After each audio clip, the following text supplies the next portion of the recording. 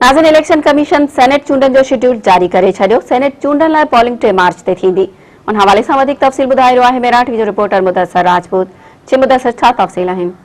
जी, election commission पारां जेको senate चूंडनि बाबति शेड्यूल जारी करे छॾियो आहे। इन मुताबिक़ ॿुधायो वियो आहे त 12 ऐं 13 फरवरी ते रिटर्निंग ऑफिसर जेके दफ़्तर आहिनि उते पंहिंजा जेके उम्मीदवार आहिनि कागज़ जमा कराए वेंदा। जॾहिं त सिंध जे हवाले सां एजाज़ चौहान आहे जेको सूबाई election commission Sindh Karachi office block 45A Shahrah Iraq Saddar office आहे, उते उहे उम्मीदवार पंहिंजा कागज़ जमा कराए सघंदा। ईअं साॻी रीति सूबाई दफ़्तरनि में बि पंहिंजा कागज़ जमा कराए सघंदा। नामज़द उम्मीदवारनि जी फ़हिरिस्त 14 फरवरी ते आवेज़ा कई वेंदी, जॾहिं त जेके कागज़ नामज़दगी आहिनि उनजी जांच पड़ताल 15 ऐं 16 फरवरी ते थींदी। रिटर्निंग ऑफिसर जांच पड़ताल मुकमल थियण खां पोइ जेके अपील जो हक़ हूंदो आहे उहो 20 तारीख़ ते जेके उन जे हवाले सां जेके अपील हूंदी उहा ॿुधणी कई वेंदी। 21 तारीख़ ते लिस्ट लॻाई वेंदी। 22 तारीख़ ते उम्मीदवार पंहिंजो जेको हतमी फ़हिरिस्त वापसि कागज़ वठी सघे थो। जॾहिं त 2 मार्च ते जेको उम्मीदवार दस्तबरदार थियणु चाहे उहो थी सघे थो। जॾहिं 3 मार्च 2021 ते सैनेट इलेक्शन जी चूंड थींदी।